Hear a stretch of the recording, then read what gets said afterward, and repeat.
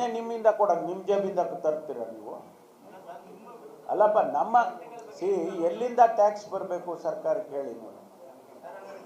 ಜನಗಳು ತೆರಿಗೆ ಹಾಕುವಂಥದ್ದು ಇವತ್ತಿನ ಹೊಸದಲ್ಲ, ಯಾವುದೇ ಕಾಲದಿಂದಲೂ ತೆರಿಗೆ ಹಾಕ್ಕೊಂಡೇ ಬಂದಿದ್ದಾರಲ್ವಾ ಜನಸಮುದಾಯದ ಮೇಲೆ. ಕಂದಾಯ ಅಂದ್ರೇನು? ಅದನ್ನು ನಾವು ಇವತ್ತು ಒಂದಿಷ್ಟು ಮಾರ್ಜಿನಲ್ಲಿ ಇನ್ಕ್ರೀಸ್ ಮಾಡಿದ್ದೇವೆ ಅಷ್ಟೇ. ಬೇರೆ ಕ್ವಶನ್ಗೆ ಹೋಗಿ. Go to the next question. ಐಸೆ ಸುಮ್ಮನೆ ಅದನ್ನೇ ಎಷ್ಟು ಸರಿ ಕೇಳ್ತೀರಾ?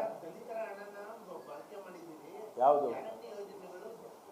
ದಲಿತರ ಹಣ ದಲಿತರಿಗೆ ಮಾಡೋದು. ನಿಮಗೆ ಅರ್ಥನೇ ಆಗೋದಿಲ್ಲ. ಫೈನಾನ್ಸ್ ಅರ್ಥ ಆಗುತ್ತಾ ನಿಮಗೆ? ಆರ್ಥಿಕ ಗೊತ್ತಾಗುತ್ತೇನ್ರಿ?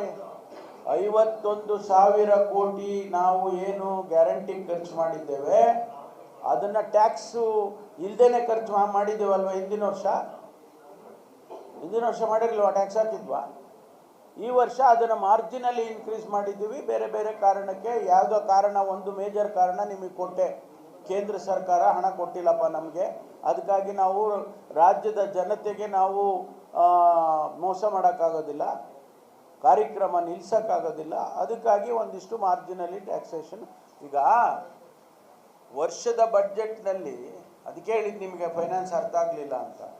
15% ಇನ್ಕ್ರೀಸ್ ಈ ವರ್ಷದಿಂದ ಇನ್ನೊಂದು ವರ್ಷದ ಬಡ್ಜೆಟ್ಟಿಗೆ 15% ಇನ್ಕ್ರೀಸ್ ಮಾಡೋದಕ್ಕೆ ಫೈನಾನ್ಷಿಯಲ್ ಪಾರ್ಲೆನ್ಸಲ್ಲಿ ಅಲೋಡ್ ಇದೆ, ಗೊತ್ತಾಯ್ತಾ? ಅದಕ್ಕೆ ಈಗ 3,71,000 ಕೋಟಿ ಬಡ್ಜೆಟ್ ಇತ್ತು ಕಳೆದ ವರ್ಷ. 3,71,000 ಕೋಟಿ ಬಡ್ಜೆಟ್ ಇತ್ತು ಕಳೆದ ವರ್ಷ.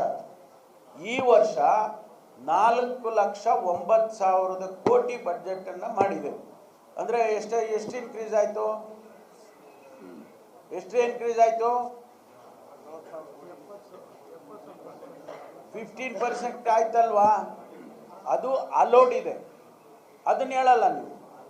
ನಾವು ಜಾಸ್ತಿ ಮಾಡಿದೀವಲ್ಲ ಬಡ್ಜೆಟ್ಟು, ಅದನ್ನು ಹೇಳಿ ಅಲ್ಲ. ಹಾಂ,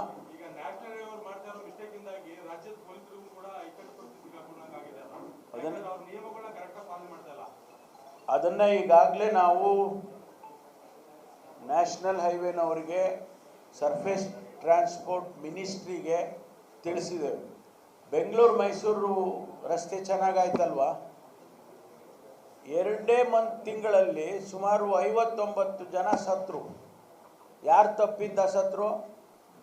ಈಗ ನೀವು ಹೇಳಿದ್ರಲ್ಲ, ಹೈವೇ ಅಥಾರಿಟಿಯಿಂದ ರಸ್ತೆಗಳನ್ನು ಸರಿಯಾಗಿ ಮಾಡದೆ, ಸೈನ್ ಬೋರ್ಡ್ಗಳಾಕದೆ, ಆಮೇಲೆ ಅಲ್ಲಿಗೆ ಏನೇನು ಕ್ರಮ ತಗೋಬೇಕು ಅದೆಲ್ಲ ಹಾಕದೇನೆ, ರೆಗ್ಯುಲೇಟ್ ಮಾಡದೆ ಅದನ್ನೆಲ್ಲ ಓಪನ್ ಮಾಡಿಬಿಟ್ರು.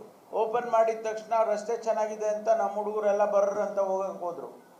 59 ಜನ ಸಾವು 2 ತಿಂಗಳಲ್ಲಿ.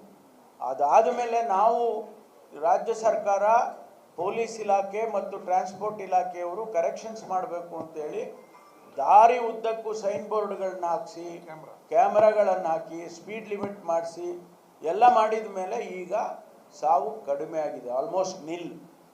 ಅದು ಅವ್ರು ಮಾಡಿದ ತಪ್ಪು. ಅದಕ್ಕೆ ನಾವೀಗ ಅವರಿಗೆ ತಿಳಿಸಿದ್ದೇವೆ, ನ್ಯಾಷನಲ್ ಹೈವೇ ಮಾಡುವಾಗ ನಮ್ಮ ರಾಜ್ಯದ ಪೊಲೀಸ್ ಇಲಾಖೆ ಮತ್ತು ಟ್ರಾನ್ಸ್ಪೋರ್ಟ್ ಇಲಾಖೆಯ ಜೊತೆಯಲ್ಲಿ ನೀವು ಕೆಲಸ ಮಾಡಬೇಕು ಅಂತ ಹೇಳಿದ್ದೇವೆ.